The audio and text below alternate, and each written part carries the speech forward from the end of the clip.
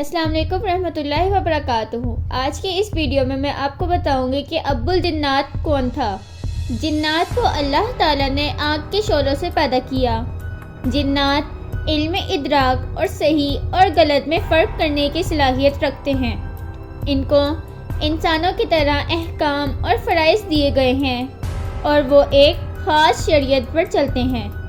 انسانوں کی طرح ان کا بھی حساب و کتاب ہونا ہے اور جزا اور سزا ملنی ہے۔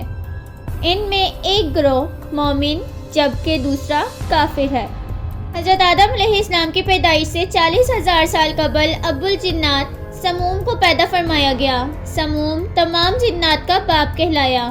اللہ نے اسے آگ کے شعلوں سے پیدا فرمایا تھا۔ کچھ علماء نے لکھا ہے کہ سب سے پہلے جن کا نام مارج تھا۔ جب اسے پیدا فرمایا گیا تو اللہ نے کہا کہ اے ابو الجن، کیا تیری کوئی آرزو ہے؟ اس نے کہا کہ میری تمنا یہ ہے کہ ہم سب کو دیکھ سکیں مگر ہمیں کوئی نہ دیکھ سکے اور میری نسل کا ہر جن ہمیشہ جوان رہے۔ اللہ نے اس کی یہ تمنا پوری فرما دی۔ اس لیے جنات ہر مخلوق کو دیکھ لیتے ہیں مگر انسان جنات کو نہیں دیکھ سکتے، اور جب وہ مرتے ہیں تو زمین میں غائب ہو جاتے ہیں اور ان کے بوڑھے بھی جوانی کی موت مرتے ہیں۔ ابو الجنات کے بعد اللہ تعالیٰ نے اس کی بیوی مرجا کو پیدا فرمایا۔ ان دونوں کے تعلق سے ایک لڑکا اور ایک لڑکی کی پیدائش ہوئی۔ اس طرح ان کی تعداد بڑھتی چلی گئی اور وہ 70,000 کے قریب ہو گئے۔ اس کے بعد اللہ نے ان پر قانون نافذ کر دیا اور وہ جوڑوں، خاندانوں اور قبیلوں کی شکل میں رہنے لگے۔ جب جنوں کی نسل میں اضافہ ہوا تو اللہ نے انہیں رتبوں کے اعتبار سے زمین، پانی اور ہوا میں آباد کر دیا۔ جب وہ زمین پر آباد ہوئے تو ایک مدت دراز تک اللہ کی عبادت کرتے رہے۔ وقت گزرنے کے ساتھ انہوں نے اللہ کی نافرمانی شروع کر دی اور زمین میں خون خرابہ اور فساد پھیلانے لگے۔ ان کا ایک بادشاہ تھا جس کا نام یوسف تھا۔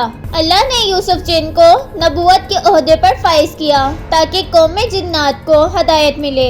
یہ جنوں کی قوم میں بھیجے گئے پہلے نبی تھے۔ جب انہوں نے اپنی قوم کو دعوت حق دیا تو جنوں نے انہیں قتل کر ڈالا۔ اللہ نے بطور سزا دوسرے آسمان کے فرشتوں کا ایک لشکر بھیجا۔ اس لشکر کا نام لشکر جن تھا۔ اس لشکر میں ابلیس بھی تھا جو 4,000 جنوں کا سردار تھا۔ وہ لشکر آسمان سے اترا اور روئے زمین کے تمام جنوں کو نکال دیا۔ انہیں زمین سے نکال کر دریاؤں اور جزیروں میں بھگا دیا، جبکہ کچھ مفکرین یوسف جن کو نبی نہیں مانتے، ان کو صرف بادشاہ قرار دیتے ہیں۔ ان کے نزدیک اللہ نے جنات میں پہلے جن پیغمبر حضرت عامر بن عمیر بن حجان کو جنوں کی ہدایت کے لیے بھیجا تھا۔ یہ جن پیغمبر تھے مگر کچھ ہی عرصے میں جنات نے ان کو شہید کر دیا۔ اللہ نے دوسرے جن پیغمبر کو بھیجا جن کا نام سعید بن ملک بن الحجان تھا۔ ان کو جنات کی ہدایت کے لیے بھیجا گیا مگر انہیں بھی جنات نے شہید کر ڈالا۔ یہ معاملہ 800 سالوں تک جاری رہا۔ ان میں بالیکا، چلپنیس، جان اور کئی جن پیغمبر مبعوث کیے گئے۔ اس دوران انہوں نے 800 سے زائد پیغمبروں کو شہید کیا۔ اس کے بعد اللہ نے قوم جنات پر عذاب نازل فرما دیا، اور جب ان پر قہر نازل کیا گیا تو زمین کا ایک بڑا حصہ ان سے صاف کر دیا گیا۔ ان میں سے چند اطاعت گزار جن بچ گئے جو غاروں، سمندروں اور پہاڑ میں چلے گئے تھے۔ جب عذاب نازل ہوا تو جنوں پر ایک لشکر بھیجا گیا جن کا سردار عزازیل یعنی ابلیس تھا۔ انہوں نے جنوں کو روئے زمین سے بھگا دیا۔ جنات سے جنگ کے بعد عزازیل نے اللہ سے التجا کی کہ اسے زمین میں ہی رہنے دیا جائے۔ اللہ نے اسے اجازت دے دی اور وہ زمین پر آباد ہو گیا اور اس کی نسل خوب پھلی پھولی۔ اس کو اس کی عبادت کی وجہ سے 7 آسمان اور جنت میں جانے کی بھی اجازت مل گئی۔ پھر ابلیس نے روئے زمین کے جناتوں کو اپنے ساتھ ملانا شروع کر دیا۔ جنات کے 4 قبیلوں نے ابلیس کے ہاتھ پر بیعت کر لی۔ جن قبیلوں نے ابلیس کے ہاتھ پر بیعت کی تھی ان کا نام کھن، دام، ممتاز اور مرماز تھا، جبکہ جنات کے 2 قبیلوں نے ابلیس کے راستے پر چلنے سے انکار کر دیا، جن کا نام بسم اللہ اور زعفر تھا۔ جب سارے سرکش جنوں کو ختم کر دیا گیا تو وہ وقت حضرت آدم علیہ السلام کی پیدائش کا وقت تھا۔ پھر اللہ نے فرمایا، میں زمین میں اپنا نائب بنانے والا ہوں جو انسان ہوگا۔